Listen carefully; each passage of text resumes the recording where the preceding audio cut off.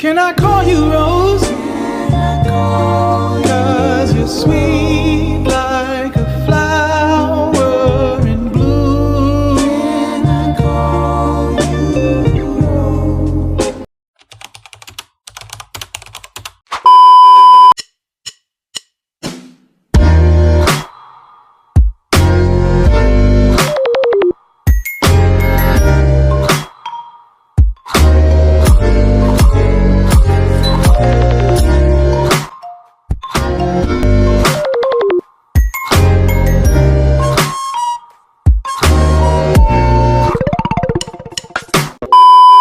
Hi mga ka-wonder, welcome to our part 2 Siargao vlog. So for today's video guys, we are heading to the famous Cloud9. So malapit lang pala siya sa sinastayan namin guys, mga 7 minutes away lang. And gagala lang kami guys, hindi pa kami magsa-surfing kasi balak namin sa Sunday afternoon na. Guys, so for today's video, nito kami ngayon sa Cloud9. Hindi pa kami magsa-surf, bukat pa kami magsa-surf.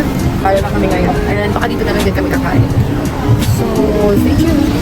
By the way guys, hindi nga pala ako nakapag-vlog pagkatapos namin mag-island hapon kasi nalupat na yung phone ko and talagang napagod kami. Pagkatapos namin, pag-uwi namin sa tiya namin. Naligo lang kami, tapos ko, yan natin. Second, we are Cloud9. Say hi, diba? Ayos. Wala.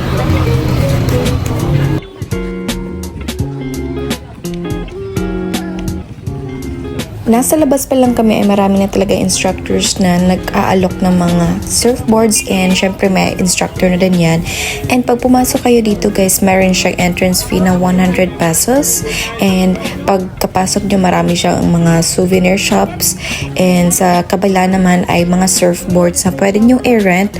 I think for 200 at pag may instructor, 300 pesos siya. And we are here in their famous boardwalk here in Cloud9 guys. Ang ganda ng view, ang ganda ng ambience, ang ganda lang talaga. And I think this is a perfect time na pumunta dito kasi para hindi mainit.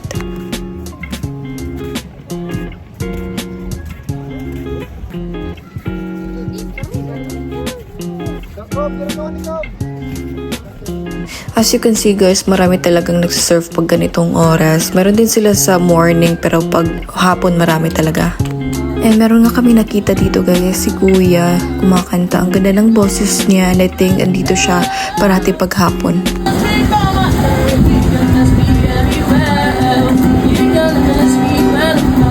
So what I like about here in Cloud9 is ang ganda ng sunset nila guys. And after sa Cloud9, dumiretso na kami dito sa famous Afam Bridge nila guys, sa Katagnan Bridge. And as you can see, ang dami-daming tao talaga pag ganitong oras. And ang ganda din naman kasi ng sunset dito.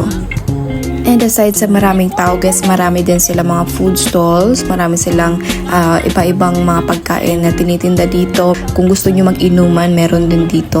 So ito nga lang yung trinay namin dito guys kasi kakain pa kami ng hapunan after dito.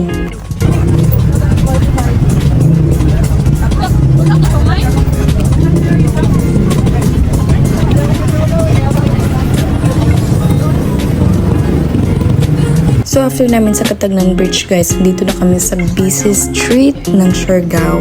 And dito yung mga nightlife, maraming restaurant, mga pub, and meron silang mga souvenir shops. Tinay nga namin pumasok dito sa party area nila and guys, hindi namin masyadong nagustuhan kasi ang dami-daming tao. So, umuwi na lang kami, nag one-on-one and then natulog kasi bukas meron na naman kaming pupuntahan. Guys, good morning! So, we're here at Coconut Deck. Sabi ng mga guys kasi everyone also. Tapos kaya namin. Yes, we're here! It took only, I think, 15 minutes to get here. Using motor. So let's enjoy the view guys.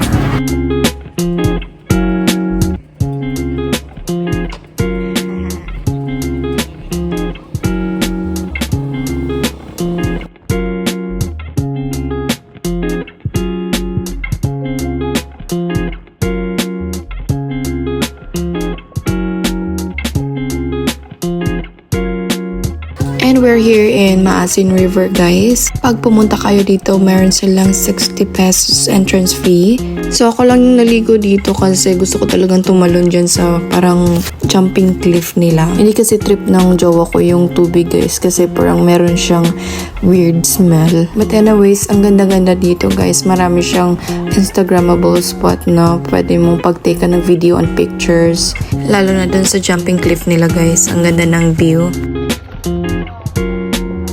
Paglabas pala ninyo ng Maasin River guys, maraming mga nagtitinda ng talaba dito. And guess what guys, this is my first time na makakatikim ng talaba. As in. And grabe guys, yung first try ko lang, talagang nasarapan talaga ako.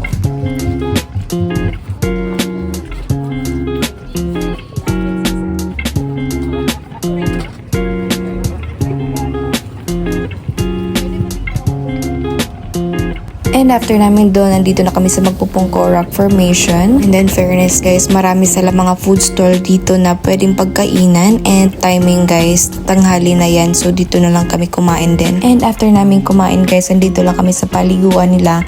Make sure kung pupunta kayo dito, i-check nyo muna kung high tide or low tide ba. Kasi hindi sila nagpapaligo pag high tide. Timing lang guys, low tide pa pagpunta namin dito. So na-enjoy lang namin yung swimming and yan.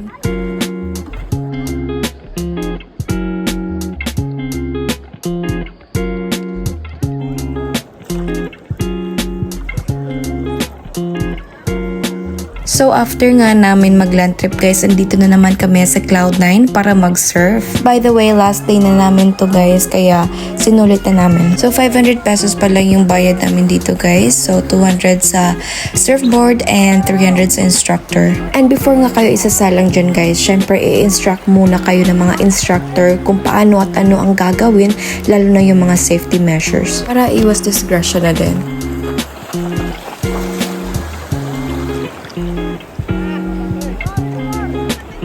And pagkatapos nga naming mag-surf guys, kumain lang kami sa labas and meron kami nakitang bulldog dito. Ang cute no?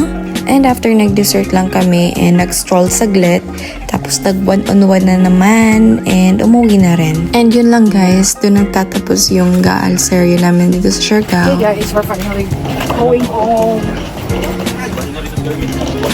So, dito kami sa labas. And naghihintay kami ng chocolate namin which is late. Uwi na kami ngayon at sasakay kami ng pag 7:30 since hindi namin maabutin yung 6 a.m. sa Surigao to Lilugan. So, guys, uwi na kami. We had fun. Did you? Nag-enjoy kami sa surfing kahapon. It was worth it. Worth it just sa bayad. Diba?